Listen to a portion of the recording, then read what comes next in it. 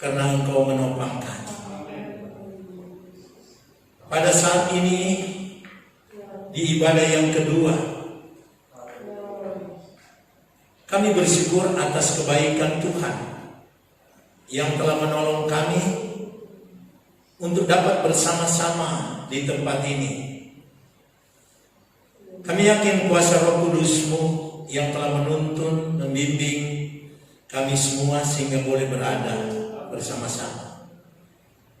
Dan kami mempersembahkan puji-pujian untuk menyenangkan hati Tuhan, meninggikan Tuhan. Karena Engkau yang layak ditinggikan, Engkau yang layak dimuliakan untuk kekal selama-lamanya. Terima kasih Tuhan Yesus buat kebaikan Tuhan dalam hidup kami, di mana saat ini kami akan mendengarkan sebagian firman-Mu. Biarlah Tuhan tolong Roh Kudus masuk dalam hidup kami, dan biarlah penyampaian firman-Mu benar-benar termeterai dan terpatri dalam hati kami. Kami dapat melakukan kebenaran-Mu di tengah-tengah kehidupan kami yang dilanda badai, bahkan dilanda COVID-19. Kami akan mendapatkan kemenangan. Firman-Mu menuntun kami, menguatkan kami. Setiap unsur kuasa kegelapan yang ingin mengganggu, mencuri kebenaran firman kami, tolak, kami patahkan dalam nama Yesus. Terima kasih buat kemurahan Tuhan. Dalam nama Yesus kami akan dengarkan firman-Mu. Haleluya, haleluya. Amin. Puji Tuhan saudara yang dikasih Tuhan. Saat ini kebaktian yang kedua, di mana juga akan ada pembaptisan air. Ini semuanya karena pertolongan Tuhan bagi kita.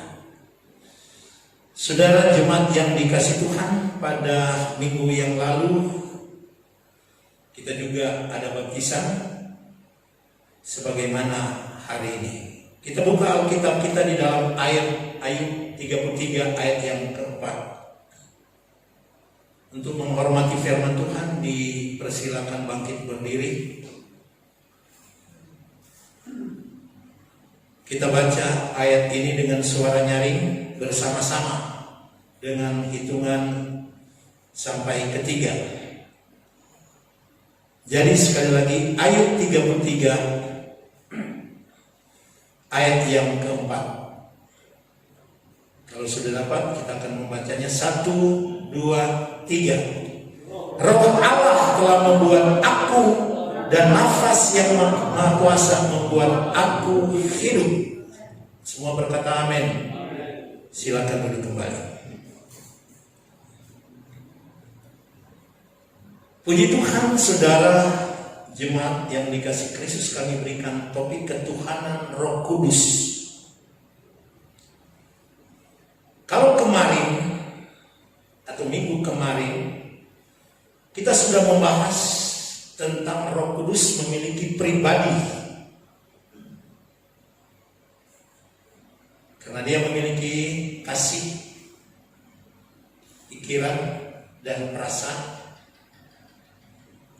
dan kehendak juga dimilikinya. Dan kita sudah membahas tentang Tritunggal Allah, di mana firman Tuhan kemarin menjelaskan bahwa kita itu bukan paham politisme yang percaya banyak Allah seperti kepercayaan Yunani yang terkenal, yaitu mitologi Yunani, yang dewanya Zeus, yang dewanya Apollo, Aphrodite, Poseidon, dan ada banyak dewa-dewa yang dipercayai pada waktu itu.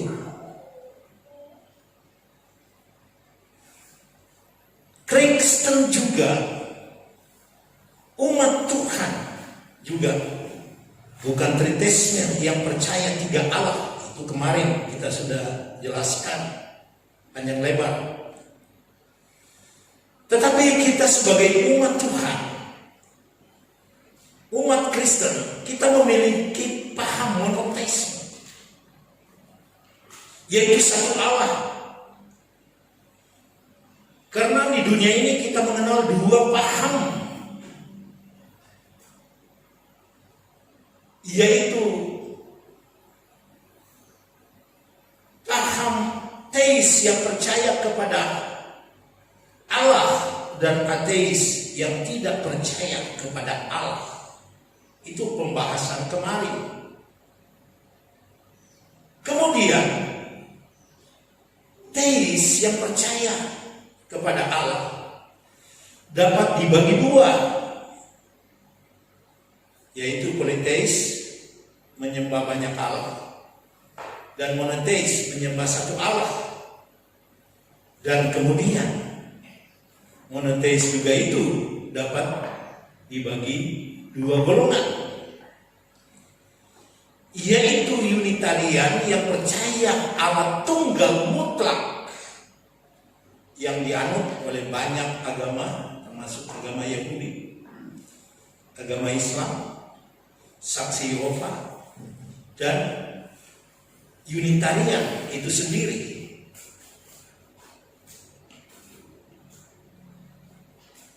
Pada dasarnya ajaran ini ada sebelum Konsili Nikea, yaitu 325 Masehi, di mana kita kenal dengan bidat pengajar palsu itu, yaitu Arius dengan pengajarannya Arianisme. Arianisme sejak tahun 321 sampai 325 Masehi, dikala dia dicap sebagai bidat oleh gereja pada waktu itu. Kemudian kita sudah bahas juga tentang Trinitarian, yaitu paham umat Kristen pada umumnya yang kita pahami, yang terambil dari Ulangan 6 ayat 4, di mana Ulangan ayat 4 itu, dengarlah hai orang Israel, Tuhan itu Allah kita, Tuhan itu besar. Dengan bahasa Ibraninya Sema Israel, Adonai Elohinu, Adonai Echad. Ringkasnya kata Esah dalam bahasa Ibrani ada dua, yaitu Yahid dan Echad. Yahid menunjuk kepada satu atau tunggal mutlak. Contohnya Ishak sebagai anak tunggal itu tidak disebut Echad, tapi disebut Yahid atau satu atau tunggal mutlak. Jadi Ishak anak Abraham, anak yang tunggal, itu disebut Yahid. Tetapi kata Echad kemarin kami jelaskan, Tuhan itu satu kesatuan. Dengan contoh Kejadian 1 ayat 26, di situ saudara temukan kata kita. Baiklah kita menjadikan manusia menurut gambar dan rupa kita, bagian A-nya. Jadi kita di sini, jadi Tuhan berkata, mari kita jadikan manusia menurut gambar kita. Kita di sini jamak. Jadi karena kita di sini jamak, maka disebut atau ditulis Echad. Dan kemudian saya jelaskan pada kemarin itu, yaitu Kejadian 1 ayat 5, dan Allah menamai terang itu siang dan gelap itu malam, jadilah petang dan jadilah pagi. Itulah hari yang pertama. Itu juga disebut ehad, gabungan antara dua hal, yaitu pagi dan petang. Itu disebut ehad. Kemudian saya jelaskan juga Kejadian 2:24. Kalau saudara membacanya, itu juga disebut ehad.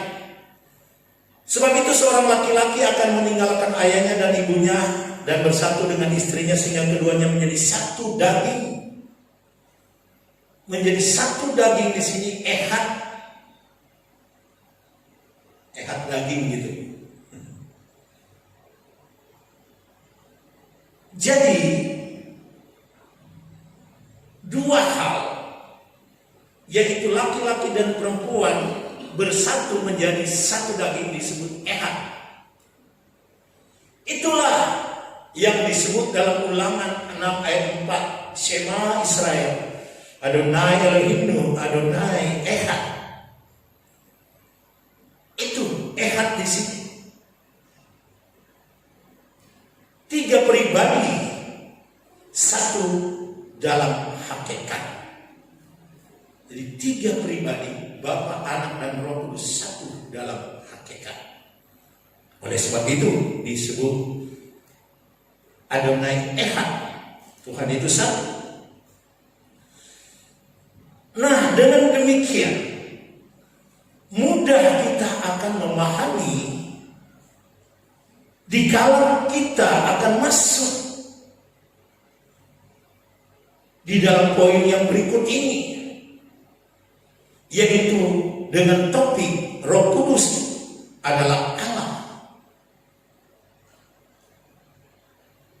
Karena dia masuk di dalam Tuhan yang satu, yang ehad itu, Adonai ehad. Di situ ada Roh Kudus, di situ ada Anak, di situ ada Bapa. Dan untuk mengetahui, membuktikan bahwa Roh Kudus adalah Allah, Roh Kudus itu pertama dia kekal. Roh Kudus itu kekal. Kita akan lihat di dalam Ibrani 9 ayat 14. Dikala berbicara tentang pengorbanan Yesus Kristus yang menjadi persembahan yang tak bercacat, itu ada peran Roh Kudus di situ. Ibrani 9 ayat 14, betapa lebihnya darah Kristus yang oleh Roh yang kekal. Jadi di sini ada Roh yang kekal. Telah mempersembahkan dirinya sendiri sebagai Allah, sebagai persembahan yang tak bercacat, akan menyucikan hati nurani kita dari perbuatan-perbuatan yang sia-sia supaya kita dapat beribadah kepada Allah yang hidup. Jadi kita lihat di dalam pengorbanan Yesus Kristus, peran Roh Kudus yang kekal ini ada di situ, mengerjakan penyelamatan di kayu salib, di mana darah Kristus tertumpah untuk menebus dosa kita. Jadi sekali lagi, dengan demikian Roh Kudus adalah Allah, karena Roh Kudus itu kekal. Juga mengapa Roh Kudus disebut sebagai Allah atau bagian dari kepribadian Allah Tritunggal?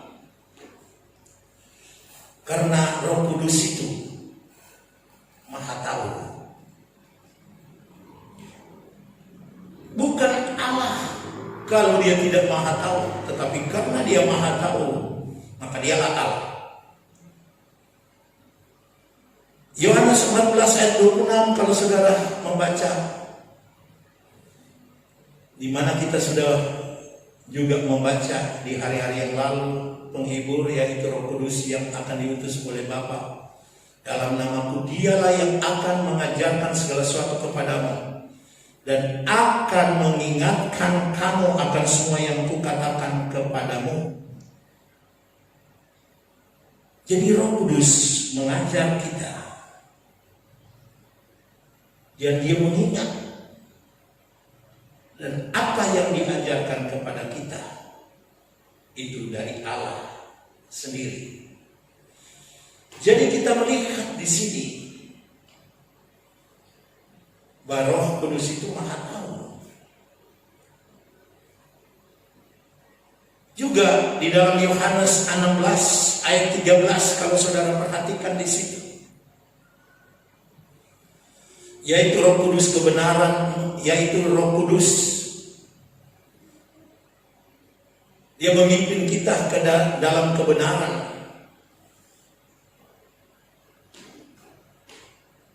Karena dia tidak akan berkata-kata tentang dirinya, tetapi segala sesuatu yang didengarnya, itulah yang akan dikatakannya. Dan ia akan memberitakan kepadamu hal-hal yang akan datang. Jadi hal-hal yang akan datang juga dia tahu. Artinya dia tahu persis keadaanmu sekarang ini dan yang akan datang. Mau jadi apa dia tahu.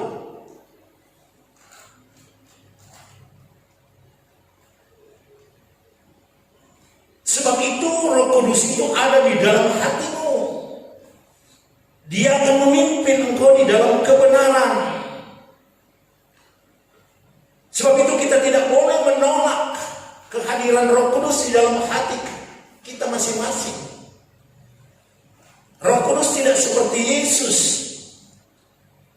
memiliki wujud tubuh jasmani, karena dia menjelma menjadi manusia. Tapi Roh Kudus tidak memiliki tubuh seperti Yesus. Tapi Roh Kudus ini memiliki tubuh saudara.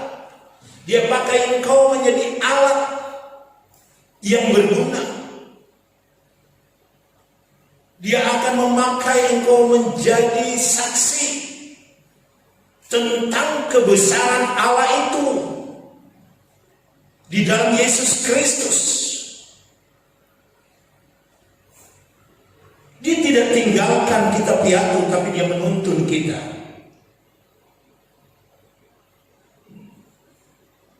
Sekali lagi, Roh Kudus Maha Tahu. Dia tahu apa yang akan terjadi besok dan seterusnya di dalam hidupmu dan keluargamu. Sebab itu apabila dia mau berbicara menasihati engkau, taatilah. Dia mungkin tidak berbicara seperti saya. Hai Pendeta Daniel, bertobatlah, lakukanlah ini. Ini adalah kebenaran.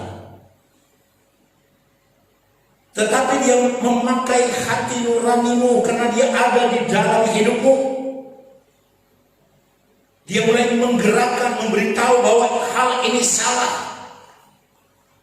Hal ini tidak boleh dilakukan. Ini membawa petaka baik di dalam dirimu dan keluargamu, dan merusak masa depanmu. Roh Kudus itu memberitahukan di dalam hati. Dia memberikan suara hati nuranimu untuk berbicara tentang kebenaran.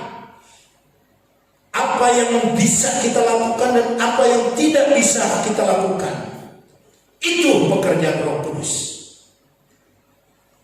Karena itu Yesus katakan bahwa dia pergi, tapi dia tidak tinggalkan kita piatu, tapi ada Roh Kudus. Roh Kudus yang menggantikan peran Kristus sejak Kristus naik ke surga sampai hari ini.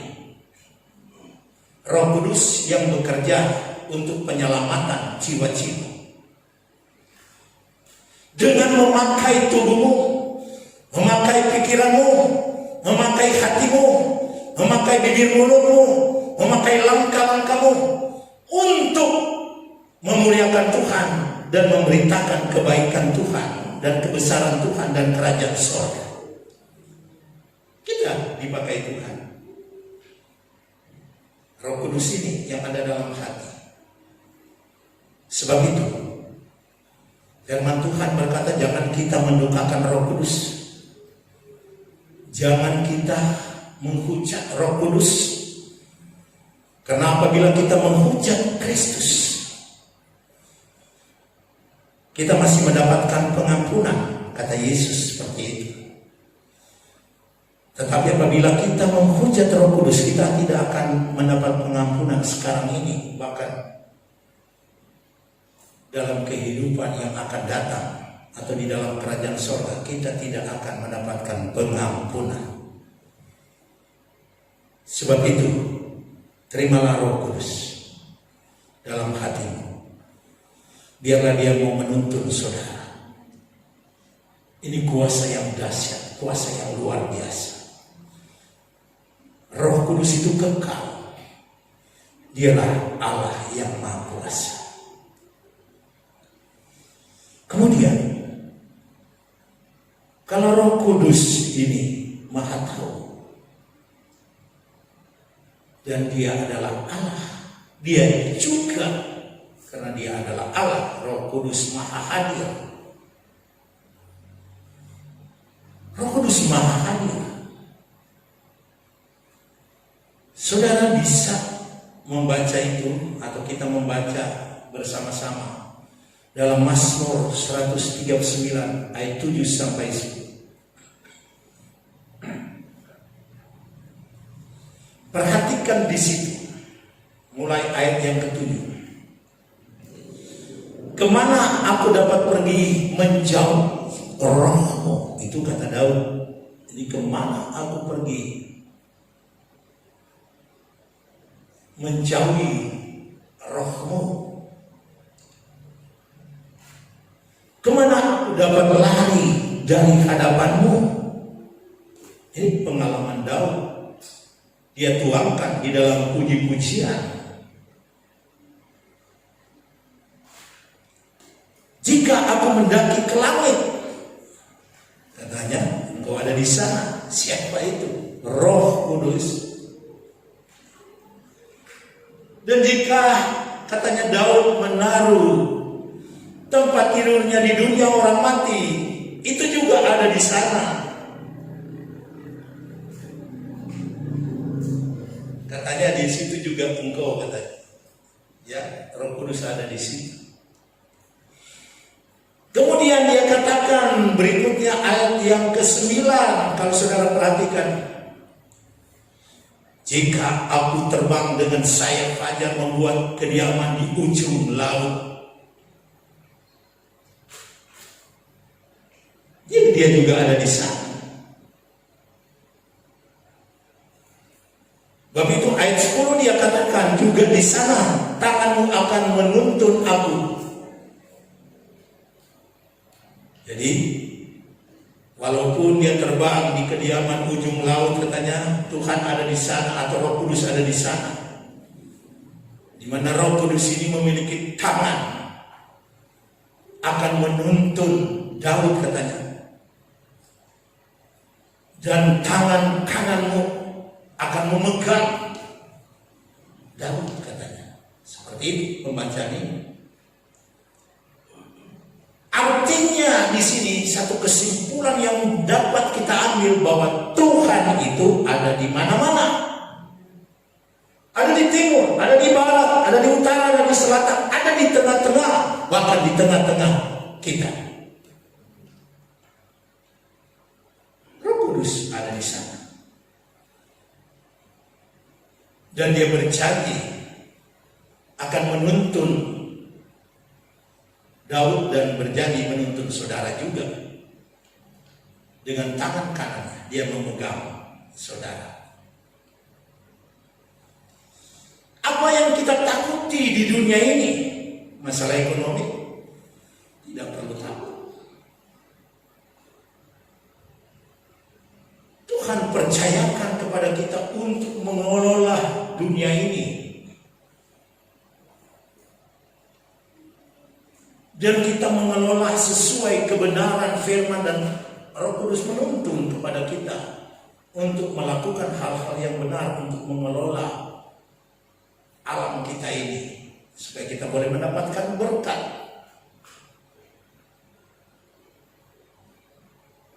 Itulah Roh Kudus yang maha hadir. Saudara bekerja di sana, istri, suami di tempat yang lain, Roh Kudus juga ada di situ, karena Dia maha hadir di mana-mana di dunia ini. Untuk menghadapi COVID-19, kalau Tuhan maha hadir dengan keadaan yang sekarang ini, Dia akan menasihatkan saudara, awas, jaga kesehatan,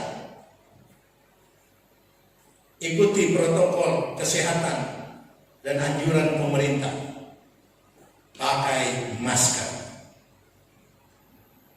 Dia berikan kesadaran kepada kita untuk menjaga kesehatan, karena hidup ada di tangannya, bukan karena kehidupan ada di tangannya terus semena-mena. Kita masuk di dalam jurang, aman saja kalau saya loncat di jurang ini, saya akan selamat. Tidak, Tuhan menuntut kita jangan masuk di jurang, jangan berbuat dosa, jangan lakukan hal-hal yang kotor secara rohani dan jasmani.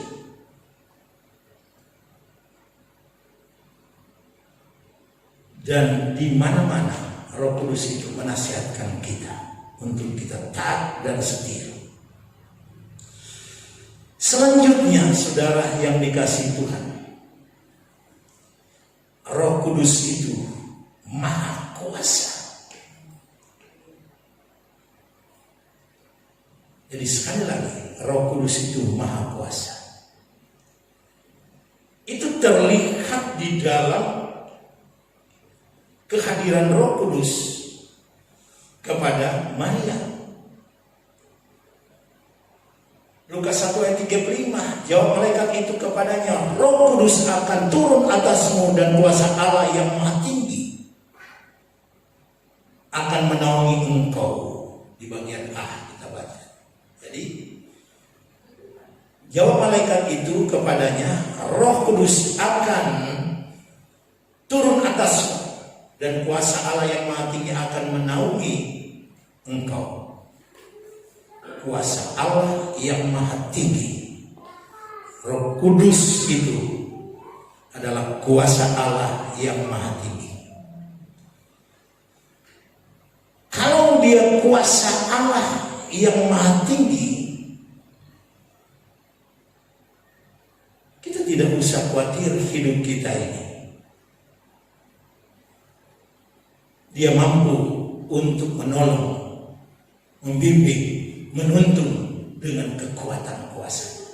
Asal kita mau menyerah kepadanya, asal kita mau memberikan hidup kepada Roh Kudus. Jadi saudara, sifat-sifat ilahi ini ada pada Roh Kudus.